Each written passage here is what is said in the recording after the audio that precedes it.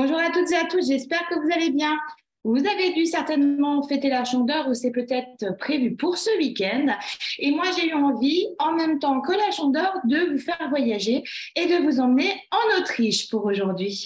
Alors, Autriche, ça fait penser au ski, mais il y a également un plat principal sucré qui est très sympa et traditionnel pour ce pays, qui est le Kaiserschmarren.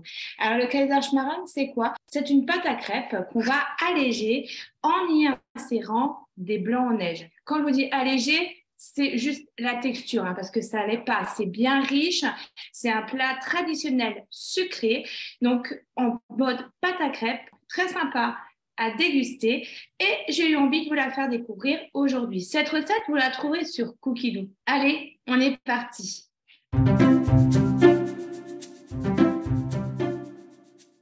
Je vais commencer par préchauffer mon four à 180 degrés puisqu'une partie de la recette se fera au four. Dans mon bol, je vais insérer mon fouet et y mettre 5 blancs d'œufs. Avant d'y insérer mon fouet, je vais vous donner une petite astuce pour monter vos blancs en neige dans le bol.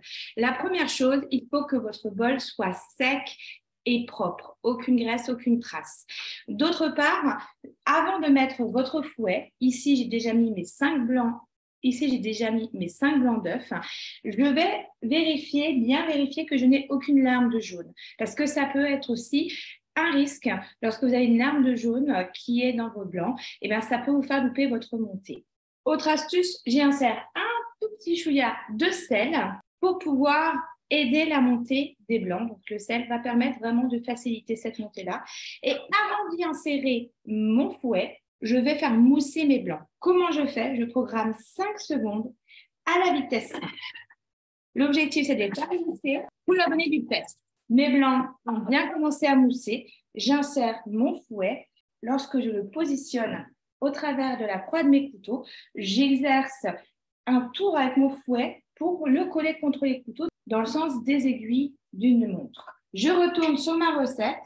Je positionne mon couvercle. Et là, on est parti pour 6 minutes sur la vitesse 3,5. Lorsque vous montez vos blancs en neige ou que tout simplement vous avez votre fouet dans le bol, pensez toujours à enlever le gobelet. L'objectif ici, lorsque vous avez le fouet, c'est de créer du volume. Il faut soit qu'on puisse avoir de l'air froid qui rentre dans le bol, soit que l'air chaud puisse sortir. Et donc là, à ce moment-là, si vous avez peur lors d'une cuisson de refaire la découpe de votre Thermomix, vous positionnez votre panier de cuisson sur le dessus. Avec le gobelet, même si on vous propose de le mettre, eh ben, on aura moins d'air qui pourra rentrer, à l'inverse du panier de cuisson, où ici, ce n'est pas nécessaire. Mes blancs montent parfaitement. On l'entend d'ailleurs au niveau du son. Donc, on est parti pour 6 minutes. Mes blancs d'œufs ont monté. Je les transvase dans un récipient pour les réserver. Une fois mes blancs d'œufs réservés, je rajoute dans mon bol 150 g de lait, 60 g de sucre, 120 g de farine, 5 à 10 g de sucre vanillé et encore mieux maison, puisqu'on peut le faire au Thermomix. Rappelez-vous des douceurs pour la maîtresse que j'ai réalisées cet été, donc des douceurs fait maison. 2 cuillères à café de zeste de citron. J'insère le couvercle sans le gobelet de doseur et je vais donc mélanger le tout pendant 30 secondes à la vitesse 4. Et je vais rajouter par l'orifice du couvercle mes jaunes d'œufs. L'objectif ici, c'est de rajouter vos jaunes d'œufs sur les couteaux en marche pour faciliter le mélange de manière homogène.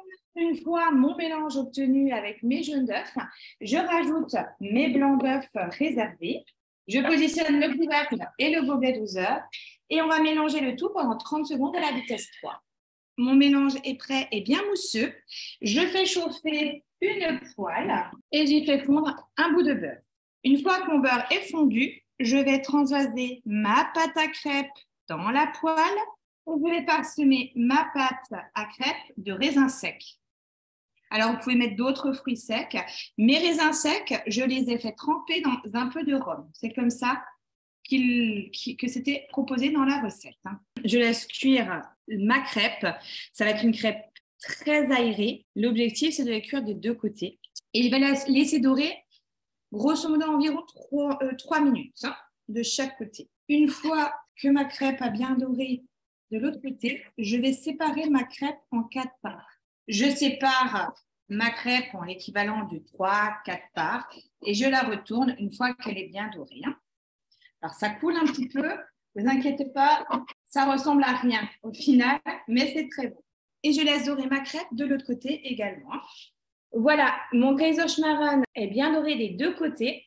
Je vais mettre ma poêle qui va au four puisque j'ai pu enlever les poignées pendant 5 minutes à 180 degrés. Si maintenant vous n'avez pas de poêle allant au four, vous prenez un plat en Pyrex, vous transvasez votre Kaiserschmarren et vous mettez votre plat au four donc pendant 5 minutes à 180 degrés. À la sortie du four, je transvase mon Kaiserschmarren sur un plat. Je coupe ma crêpe en cubes et je vais la saupoudrer de 2 cuillères à soupe de sucre glace.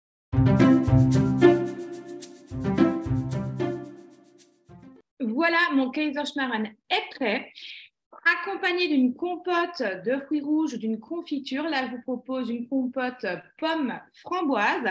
Et bien, ça vous fera un plat sucré, bien riche, on est d'accord, mais c'est une suggestion pour vous permettre de fêter la Chandeleur ce week-end.